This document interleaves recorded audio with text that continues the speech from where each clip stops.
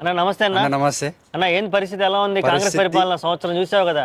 ప్రజాపాలన అని చెప్పి ఏదో ప్రజల్ని మబ్బబెట్టి ఓట్లు వేసుకొని దొంగ హామీలు చెప్పి 420 హామీలు చెప్పి చాలా ఘోరమైన పరిస్థితి గ్రామంలో చూస్తున్నాం మేము. చాలా అంటే చాలా ఘోరమైన పరిస్థితి. లగచర్ల తీసుకోండి, ఇక్కడ రేవంత్ రెడ్డి చూసుకోండి, మన అల్లు అర్జున్ది పాపమైన ఈ సినీ ఇండస్ట్రీ తెలంగాణలో కేసీఆర్ చాలా ఇండస్ట్రీ చాలా పైకి లేపిండు.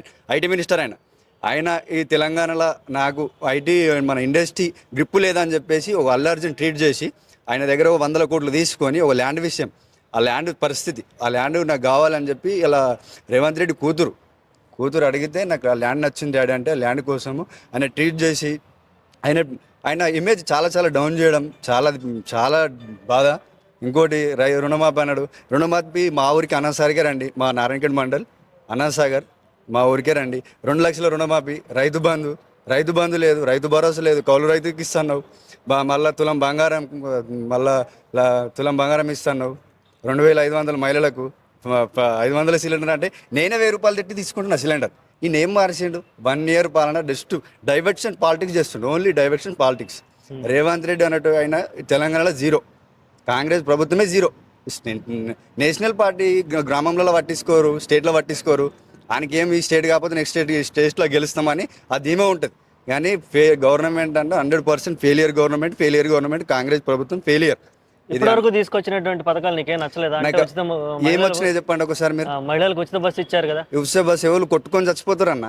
నిన్న మేము వస్తుంటే, మొన్న ప్రభుత్వం మేము వస్తుంటే చాలా అసలు ఆధార్ కార్డు ఫ్రీ ఉందని చెప్పేసి మహిళలు ఫుల్ ఎక్కి యాక్సిడెంట్ చేసిండు. ఆ డ్రైవర్ పాపం ఆయన వేజిడో ఏమైందో ఎక్కడం వల్ల ఫుల్ క్రష్ ఉన్నది అలా బస్లో. ఆ ఢీ కొట్టేసి పాపం అసలు రేవంత్ రెడ్డి గలీజ్గా బండనాథ్ బూతులు తిడుతున్నా. నేను లైవ్లో ఉన్నాడా. చాలా ఘోరమైన పరిస్థితి. మొత్తం రేవంత్ రెడ్డి అలా మంత్రివర్గంలో ఏమో విద్యాశాఖ మంత్రి లేడు, ఓ విద్య శాఖ లేడు, ఈయన ఓన్లీ ఓ మంత్రి చేయలేడు, డైరెక్ట్ ఎంపీ, సీఎం, జెడ్పీసీ ఏదో అంటే ఏదో మన ఏడంటే ఏడ పేగులు మెడలు వేసుకుంటా, లాగుల తొండలు దొరకొడతా, గుడ్ల ఊగులు పోసి ఆడుకుంటా. ఏంది నీకు అసలు ఏమన్నా మైండ్ సెన్స్ ఉందా? నువ్వు ఒక సీఎం, అది మర్చిపోతున్నట్టు నువ్వు ఏమన్నా నాకు సీఎంగా గుర్తించినాడే, నీకు ఎవరు గుర్తిస్తారు? నీకు సీఎం బి గుర్తించలేరు. ఇప్పటికీ చెప్తున్నా, రేవంత్ రెడ్డి ఫెయిలియర్ గవర్నమెంట్, కాంగ్రెస్ ప్రభుత్వమే ఫెయిలియర్, ఇది ఫిక్స్.